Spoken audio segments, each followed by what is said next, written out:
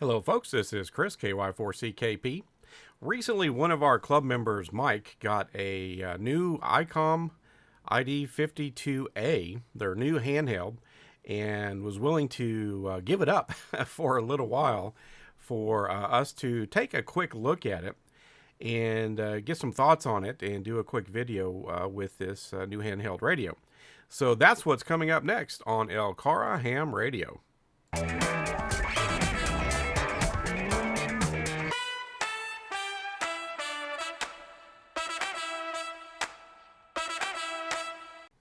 Well, folks, I was definitely pretty excited to hear from our club member Mike about the new 52A handheld unit from ICOM that he had, and that he was willing to part with it for a while so we could take a look at it. This is just going to be a brief overview of this radio. There's a lot going on with almost any of these modern high-quality radios from any of the major brands, and certainly from ICOM. So we hopefully may take another look at this radio, more in-depth look later down the road. But this, again, quick overview. I just want to take a look at this because I was very interested in this radio. Of course, we unfortunately had all of the slowdown and supply chain issues of the past couple of years. And I was looking for a new, more high-quality radio. I've got a number of Baofeng and those kinds of radios, and those are okay. So I was looking at the 52A. ICOM had announced it, and it sounded like almost everything I wanted, and with some people I know having Yaesu FT2DRs, FT3DRs, the 5DR hadn't been announced yet, things like that, even the Kenwood, 74. I sometimes like to be a little bit different. All of those can be great radios, of course. So I was really kind of looking at the 52A. Unfortunately, it got delayed quite a bit, over a year. So I ended up getting a Yaesu FT3DR, which you've seen in a video or two, and you'll see it just a little bit here in this video. But I'm really glad to get my hands on this radio because it is a very nice radio. You can usually tell when you pick something up in your hand, and that's kind of the thing. Shopping online is great, but there are times where it's really nice to get something in your hand, and you can feel the quality of this radio. It's bigger and heavier than the FT3DR. Has a bigger color screen, of course. You can see the side there, and left and right hand sides, and some close-ups here. It feels like good quality. It certainly, I'm sure, is good quality. The menu systems are decent. Not sure that it's better than the FT3DR style. I think it's what you're used to if you're used to Yaesu stuff, used to ICOM stuff. But it's definitely a nice radio. This particular model, the US model, came with the 2200 milliamp hour battery.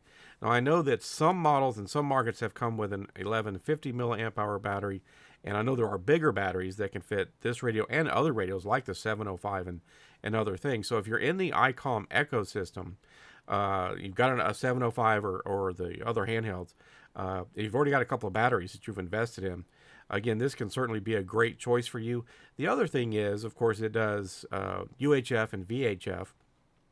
Can receive FM commercial radio, like a lot of radios can, but it also has, of course, digital mode. So if you're more into DStar, of course, ICOM's digital DStar, versus what Yaesu does, or DMR or other things, again, this is probably going to be the radio for you.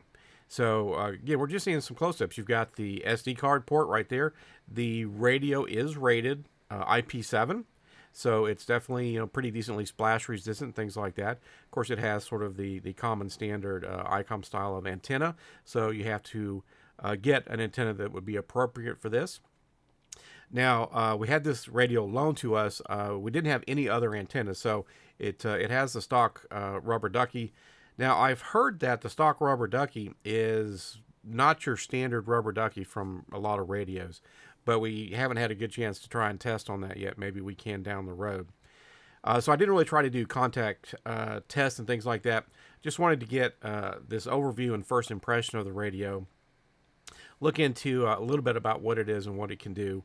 And the closest radio I had to do a comparison was my FT3DR. So here you see some comparison shots. You can see the radio is definitely taller than the FT3DR. Very similar overall styles and things.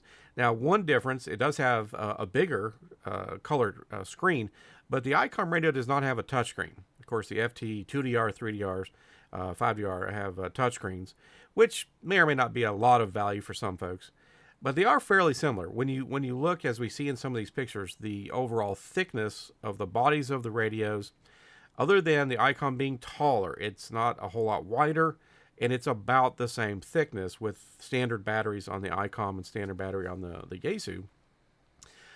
So it's a little taller, and so it's therefore a little bit heavier. You can see the belt clip is designed a little differently. It's a little deeper in a sense. It can probably handle maybe thicker belts and things a little bit more easily. Not that I've had any problems with the Yaesu, and I wear a pretty stout belt. So just physically, it's a taller unit.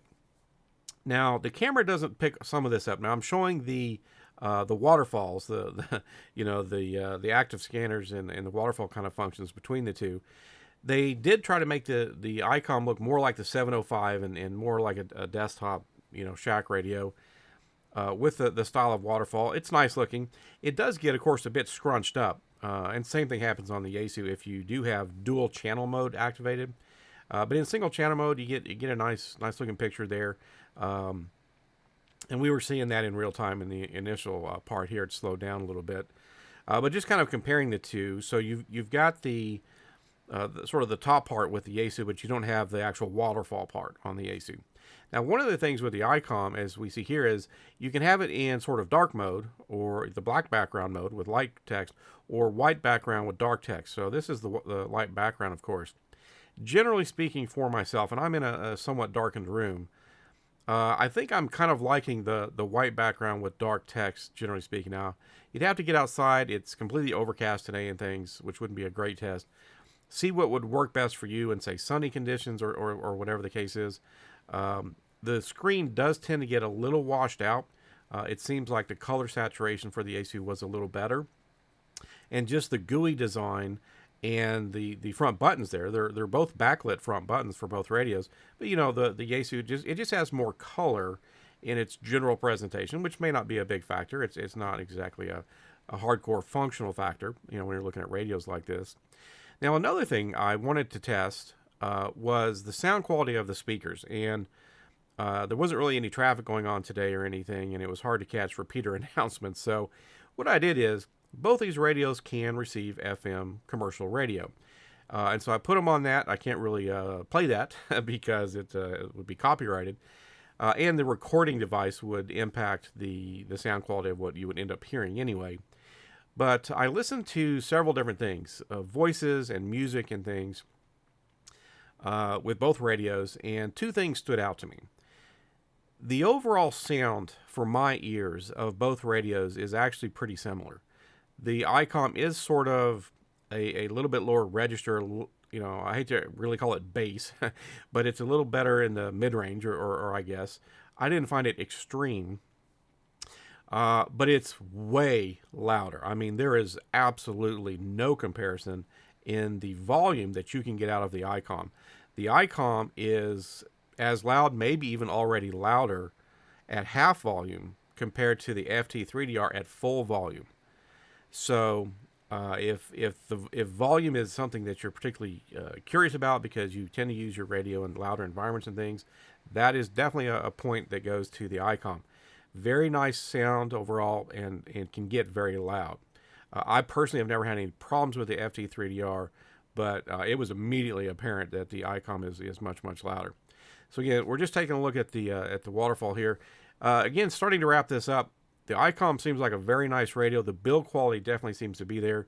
If you're already partially or fully into the ICOM ecosystem with batteries and things, that's another great reason to look at this radio. And if you're more into DStar than other digital modes like Fusion or DMR and things, obviously those are all points to the ICOM. Now, it is one of the more expensive radios on the market. Of course, everything has gone up in the past couple of years, so that will be a consideration as well.